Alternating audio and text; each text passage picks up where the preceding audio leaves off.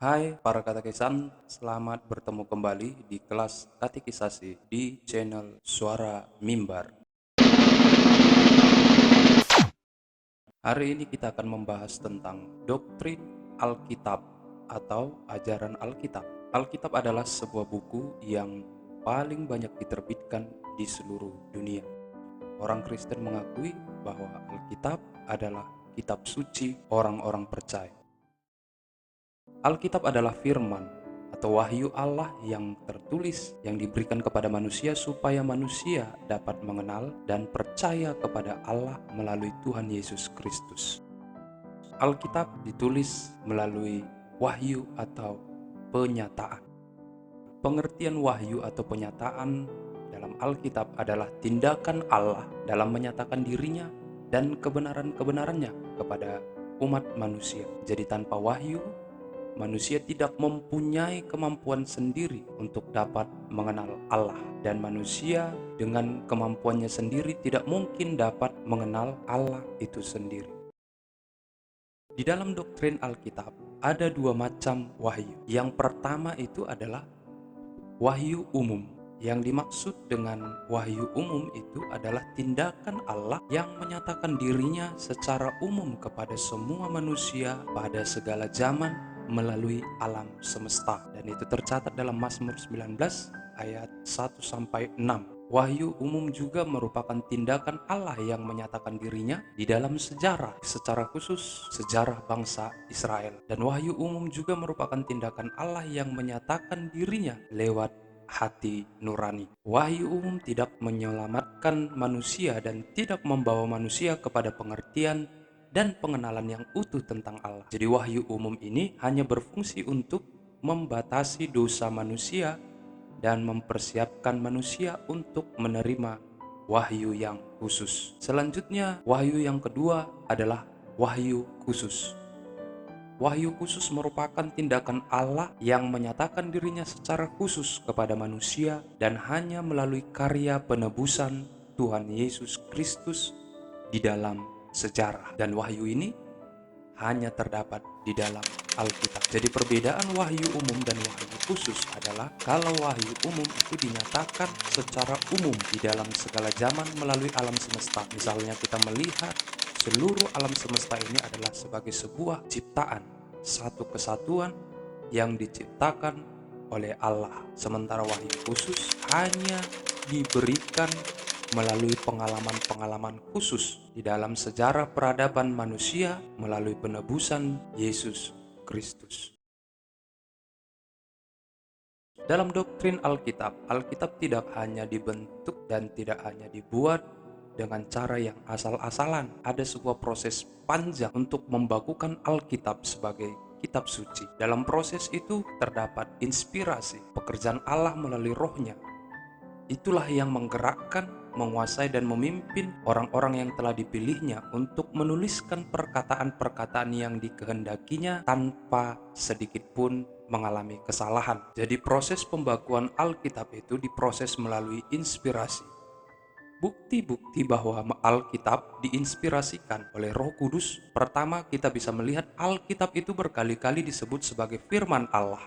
Buktinya di dalam Alkitab kata-kata seperti Allah berfirman atau maka firman Tuhan datang kepadaku terdapat lebih dari 3.800 kali. Selain itu juga, beberapa penulis Alkitab juga mengatakan bahwa Allah memerintahkan mereka untuk menuliskannya. Misalnya, Musa dalam Keluaran 34 ayat 27, Ulangan 31 ayat 24-26, dan Yeremia dalam kitabnya Yeremia 30 ayat 1-2, kemudian pasal 36 ayat 1-4. Demikian juga Yohanes yang menuliskan dalam Wahyu pasal 1 ayat 11 dan lain sebagainya. Jadi Alkitab berkali-kali disebut sebagai firman Allah. Allah yang berfirman atau firman Tuhan yang datang kepada penulis-penulis Alkitab. Ini merupakan sebuah bukti bahwa Alkitab adalah firman Allah.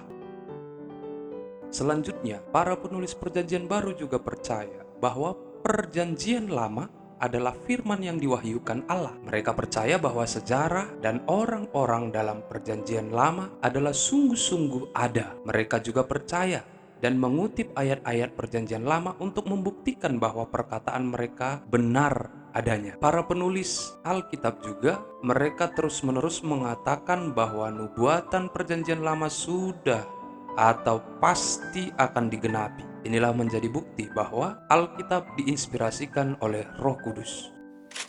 Para penulis Perjanjian Baru menghargai kitab-kitab yang mereka tulis sebagai Alkitab yang sederajat dengan Perjanjian Lama. Dan para penulis itu mengatakan bahwa Injil yang mereka beritakan telah diwahyukan Allah kepada mereka yang menulis Injil. Yesus juga di dalam kesaksiannya menyatakan bahwa kitab suci adalah wahyu Allah. Catatan-catatan sejarah dalam Perjanjian Lama adalah benar adanya, sebagaimana yang ditulis dalam Markus 13 ayat 19. Yesus juga di dalam pemberitaan kabar baik dalam narasi-narasi Injil sering mengutip Perjanjian Lama di dalam pelayanannya dan pengajaran-pengajarannya. Jadi isi Alkitab membuktikan bahwa Alkitab adalah wahyu Allah. Alkitab yang terdiri dari 66 kitab, dalam Perjanjian Lama itu ada 39 kitab, dan Perjanjian Baru ada 27 kitab. Semuanya ditulis oleh kira-kira 40 orang dalam kurun waktu sekitar 1500 tahun, tetapi isinya saling melengkapi dan merupakan satu kesatuan. Demikian juga nubuatan-nubuatan yang ada di dalam Alkitab. Nubuat yang digenapi membuktikan bahwa Alkitab juga adalah wahyu Allah. Kita bisa melihat di dalam Kejadian pasal 12 ayat 3 yang paralel dengan Matius 1 ayat 1 sampai 2. Demikian juga dengan kitab Yesaya pasal 7 ayat 14 yang paralel dengan Matius 1 ayat 18 sampai 25. Ini menjadi bukti bahwa Alkitab, secara khusus Injil, adalah nubuatan yang telah dinubuatkan di dalam Perjanjian Lama. Pengaruh Alkitab di dunia membuktikan bahwa Alkitab juga adalah wahyu Allah. Alkitab berpengaruh baik dalam bidang seni, literatur, musik, undang-undang, aturan dan peraturan, dan yang terutama adalah pertobatan orang berdosa. Dan ini dibuktikan bahwa Alkitab tetap adanya dan masih dibaca oleh khalayak banyak sampai sekarang ini, dan juga tersebar luas di seluruh dunia. Ini membuktikan bahwa Alkitab adalah wahyu Allah. Selain daripada proses pembakuan Alkitab melalui inspirasi oleh Roh Kudus, Alkitab juga ditulis melalui ineransi. Ineransi merupakan suatu keyakinan bahwa hanya Alkitab dan Alkitab secara keseluruhan, baik Perjanjian Lama maupun Perjanjian Baru, adalah firman Allah yang tertulis dan tanpa salah pada naskah aslinya. Namun pun demikian, Tuhan menggerakkan juga hamba-hambanya yang setia untuk menyalin Alkitab yang asli ke dalam salinan-salinan dengan akurat. Sehingga walaupun ada kekurang tepatan, itu tidak menyangkut masalah-masalah yang prinsipil untuk mengungkapkan kebenaran dan data sejarah. Jadi Alkitab di dalam pembakuannya melalui ineransi ditulis melalui keyakinan bahwa Alkitab adalah satu-satunya firman Allah yang tertulis tanpa ada sedikit pun kesalahan dari naskah aslinya. Dalam pembakuan Alkitab ada perhitungan yang dibuat oleh para penulis untuk menjadikan Alkitab sebagai kitab suci. Dalam prosesnya disebut kanon. Jadi Alkitab dibuat dengan ukuran tertentu berdasarkan kanon. Kata kanon sendiri berasal dari bahasa Yunani kuno yang berarti sebatang tongkat atau penggaris atau alat ukur. Jadi kanon Alkitab merupakan kitab-kitab yang telah diuji dan diterima sebagai kitab yang diinspirasikan oleh Roh Allah itu sendiri, sehingga itu dinyatakan layak untuk dijadikan kitab suci yang diyakini sebagai wahyu Allah itu sendiri. Dalam prosesnya juga ada prinsip-prinsip kanonisasi di dalam Alkitab. Pertama, kitab-kitab yang ada di dalam Alkitab itu berotoritas karena diinspirasikan oleh Roh Allah. Kedua, kitab-kitab itu ditulis oleh hamba-hamba Allah. Ketiga, kitab-kitab itu berisi kebenaran karena menceritakan hal-hal yang benar tentang Allah, manusia, dosa, kejahatan, dan lain sebagainya. Kitab-kitab itu juga bersifat dinamis karena memiliki kuasa Allah yang dapat mengubah hidup manusia. Dan yang terakhir, kitab-kitab itu diterima, dikumpulkan, dan dibaca oleh umat Allah. Bagaimana pembagian kitab dalam isi Alkitab? Sebagaimana yang telah kita bahas tadi, bahwa Alkitab itu terdiri dari 66 kitab yang dibagi menjadi dua, yaitu Perjanjian Lama yang terdiri dari 39 buku atau kitab, dan Perjanjian Baru yang terdiri dari 27 buku. Perjanjian Lama ditulis dalam bahasa Aram, sementara Perjanjian Baru ditulis di dalam bahasa Yunani. Di dalam kitab-kitab Perjanjian Lama dan Perjanjian Baru kemudian dibagi dalam golongan-golongan kitab. Kitab-kitab Perjanjian Lama misal, pertama ada kitab Taurat. Kitab Taurat terdiri dari Kejadian, Keluaran, Imamat, Bilangan, Ulangan yang berjumlah 5 kitab. Sementara golongan yang kedua adalah kitab-kitab sejarah di dalam Perjanjian Lama yang terdiri dari 12 kitab, seperti Yosua, Hakim-Hakim, Rut, 1 sampai 2 Samuel, 1 dan 2 Raja-Raja, 1 dan 2 Tawarik, Esra, Nehemia, Ester. Selanjutnya dalam golongan kitab-kitab yang ketiga, dalam Perjanjian Lama ada kitab syair yang terdiri dari 5 kitab, yaitu kitab Ayub, kitab Mazmur, kitab Amsal, kitab Pengkhotbah, dan kitab Kidung Agung. Dan golongan-golongan kitab yang keempat dalam Perjanjian Lama adalah kitab nabi-nabi besar seperti Yesaya, Yeremia, Ratapan, Yehezkiel, Daniel. Dan golongan-golongan kitab-kitab nabi kecil dalam Perjanjian Lama terdiri dari 12 kitab, yaitu kitab Hosea, Yoel, Amos, Obadja, Yunus, Mika, Nahum, Habakuk, Jefanya, Hagai, Zakaria, dan Malaya. Sementara di dalam kitab Perjanjian Baru yang digolongkan sebagai kitab Injil ada 4, yaitu Matius, Markus, Lukas, dan Yohanes. Dan golongan yang kedua di dalam Perjanjian Baru adalah kitab sejarah yang memiliki 1 kitab, yaitu kitab Kisah Para Rasul.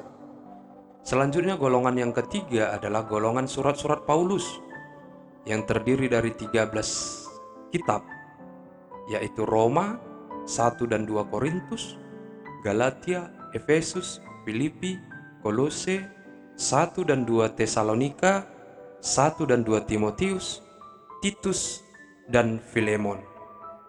Golongan yang keempat di dalam Injil yang merupakan surat-surat umum ada 8, serta yang terakhir kitab nubuatan, yaitu kitab Wahyu sebagai penutup dari Perjanjian Baru. Inilah kitab-kitab yang diakui di dalam kanonisasi Alkitab, walaupun di dalam Katolik memiliki banyak perbedaan. Misalnya ada penambahan kitab di dalam Katolik yang tidak kita bahas di sini, yaitu Deuterokanonika dan Apokripa. Selanjutnya, kita perlu mengetahui bagaimana sifat Alkitab yang sesungguhnya. Dalam doktrin Alkitab hari ini kita mau belajar bahwa Alkitab memiliki beberapa sifat. Yang pertama, Alkitab berotoritas. Alkitab dikatakan berotoritas karena seluruh isi Alkitab adalah firman Allah yang berasal dari wahyu, yang merupakan dasar, tolok ukur, dan sumber pengajaran gereja yang harus ditaati. Sifat Alkitab yang kedua adalah mutlak. Keberadaan gereja tidak dapat dipisahkan dari Alkitab. Jadi Alkitab mutlak diperlukan sebagai sumber pengajaran dan juga untuk memelihara kehidupan bergereja. Gereja hidup dan bersaksi berdasarkan firman Allah yang diwahyukan di dalam Alkitab. Sifat yang ketiga dari Alkitab adalah cukup. Alkitab yang terdiri dari 66 kitab itu bersifat cukup bagi pengenalan jalan keselamatan dan pengetahuan yang benar tentang Allah. Oleh sebab itu, di luar daripada 66 kitab tersebut, gereja Kristen Protestan kebanyakan tidak menerima dan menolak berbagai otoritas lainnya selain daripada 66 kitab tersebut. Demikianlah penjelasan tentang doktrin Alkitab secara sederhana kepada katekisan. Selamat belajar dan mendalami pengajaran katekisasi hari ini. Sampai bertemu kembali, salam damai sejahtera.